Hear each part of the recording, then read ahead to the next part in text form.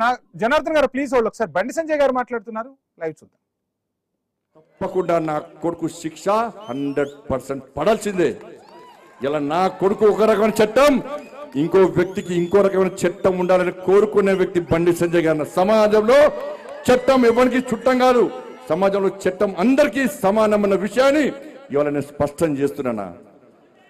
ఇవాళ నేను ఎట్లా వెళ్ళినో, నేను ఏ దారిలో వెళ్ళినో అదే దారిలో నా భార్య వస్తున్నాను. ఇప్పుడు మీకు అంతా తెలుసు అన్న, నేను మళ్ళీ ఈ నీళ్ళతో మళ్ళీ కంటెంట్ అంటారు, అదో బాధ మళ్ళీ ఏమి నాకు కంటెంట్ కాదన్నది.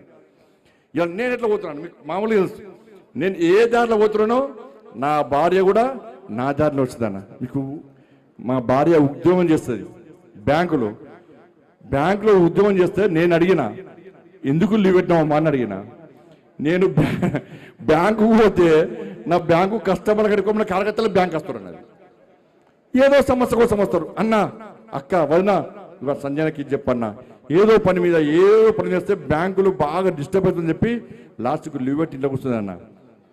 ఇలా కార్యకర్తలు అందరూ నాకంటే ఎక్కువ భార్య దగ్గరకు పోతారు.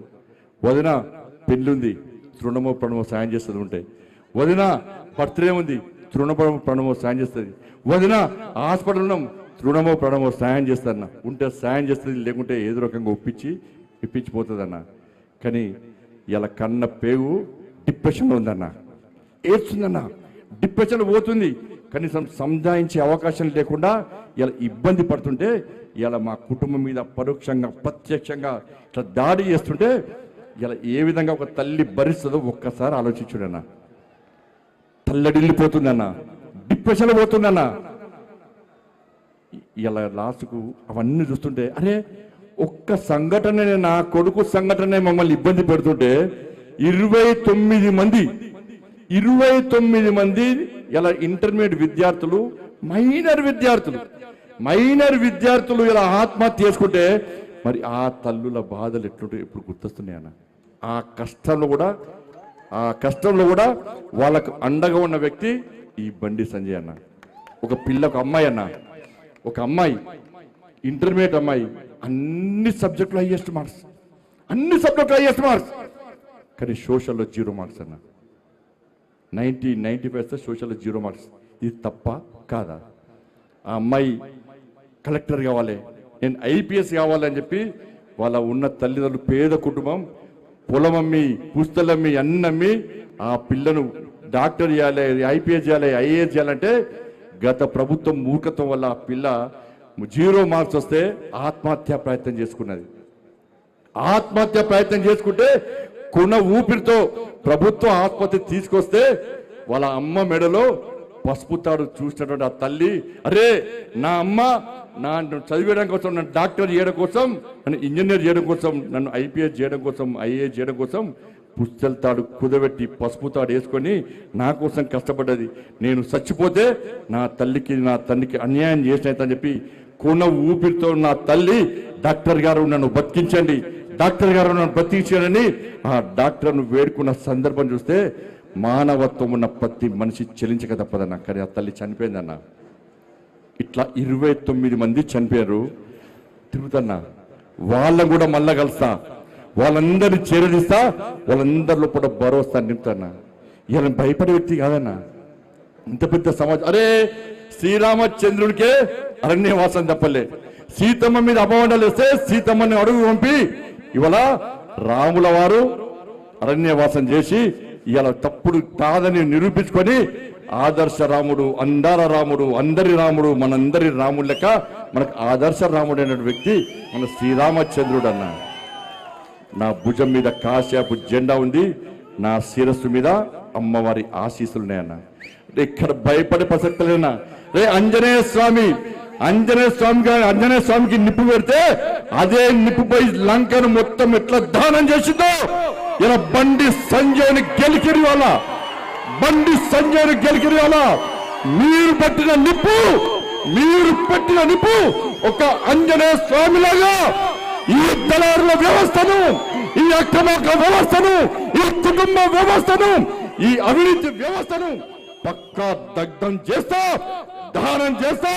ఇదే కాశాపు జెండా పడతా తెలంగాణ మొత్తం చుట్టుముట్టి ఈ రోజు ఎవరైతే కుట్రలు చేస్తుండో, ఎవరైతే కుతంత్రాలు చేస్తుండో, ఎవరైతే నా కుటుంబాన్ని బజార్లో వడేసిండో, ఎవరైతే నా కార్యకర్తల లోపల ఆవేదన రగిలించిండో, నా పార్టీని ఇబ్బంది పెట్టిండో, నా కార్యకర్తలను ఇబ్బంది పెట్టిండో, ఏ ఒక్క వ్యక్తిని కూడా విడిచిపెట్టే ప్రసక్తి లేదన్నా.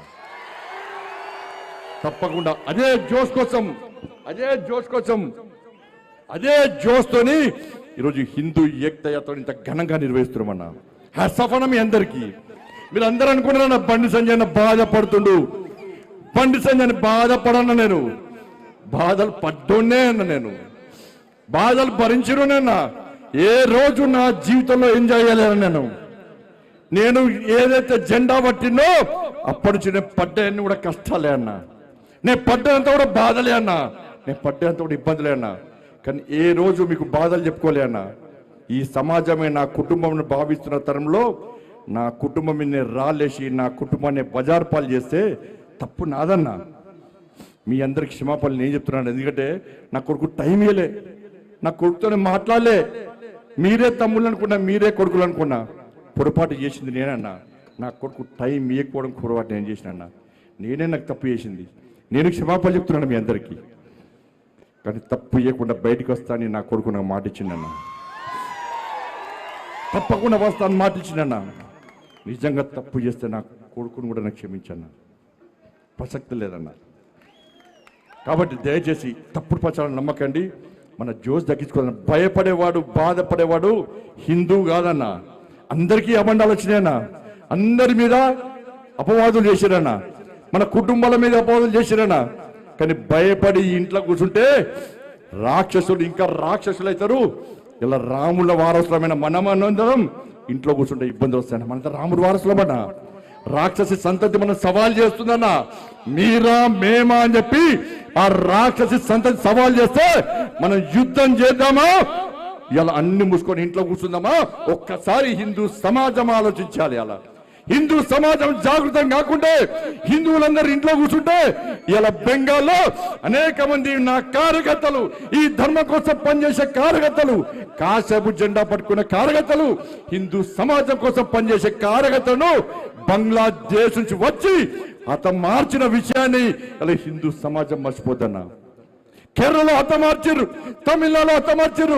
ఈ తెలంగాణ రాష్ట్రంలో దేవాలయం మీద దాడులు జరుగుతున్నాయి, హిందూ సమాజం మీద దాడులు జరుగుతుంటే ఒక వర్గం ఓట్ల కోసం, ఒక వర్గం కోసం రాజకీయ పార్టీలు తాపత్రయపడుతుంటే, ఒక హిందూగా మీరు గెలిపించిన మీ నాయకునిగా, మీ ప్రజాప్రతినిధిగా ఏ ధర్మం కోసం, ఏ సనాతన ధర్మాన్ని కాపాడడం కోసం, హిందూ ధర్మ పరిరక్షణ కోసం నన్ను గెలిపించారో దానికి మాత్రమే కట్టుబడి ఉన్నదప్ప వేరే ఉద్దేశం కాదన్న విషయాన్ని గుర్తుంచుకొని దానిలో భాగంగానే ఇలా హనుమంతుని వారసులుగా, శ్రీరాముని వారసులుగా హనుమాన్ జయంతిని స్ఫూర్తిగా తీసుకొని ఈ కరీంనగర్ గడ్డ మీద ఉత్సాహంగా, ఉల్లాసంగా, ఆవేశంతో, ఆలోచనతో జై శ్రీరామ్ అని గర్జిస్తూ, భారత్ మాతకి జై అని గాంధిస్తూ, రామ లక్ష్మణ జానకిల ఆశీర్వాదంతో ఈ హిందూ ఏకతా యాత్రను ప్రతి సంవత్సరం నిర్వహిస్తున్నా. దానికి తరలి వచ్చిన మీ అందరికీ, ప్రతి ఒక్కరికి, ఎండగొట్టిన ఇంత చేసిన కథలు వచ్చిన మీ అందరు కూడా 2 చేతులు జోడించి నమస్కరిస్తూ, మన స్వామివారి మంగళ శాసనాలు ఉంటాయి. ఇప్పటికే ఆలస్యమైంది, ఎక్కడ ఆపకుండా త్వరితగతిన తొందర ఏడిపోవాలి, ర్యాలీ చుట్టుకోవాలి. జోష్ లేదన్నా, లేదా ఇంత భారత్ మాతాకి మళ్ళా తగ్గిందే. జై శ్రీరామ్ మళ్ళా తగ్గిందే. జై శ్రీరామ్. చేతులు దండం మీద చేతులెత్తుడే. జై శ్రీరామ్, జై శ్రీరామ్, జై శ్రీరామ్.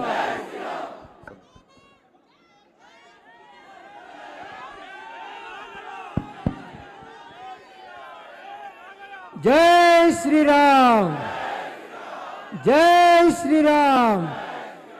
भारत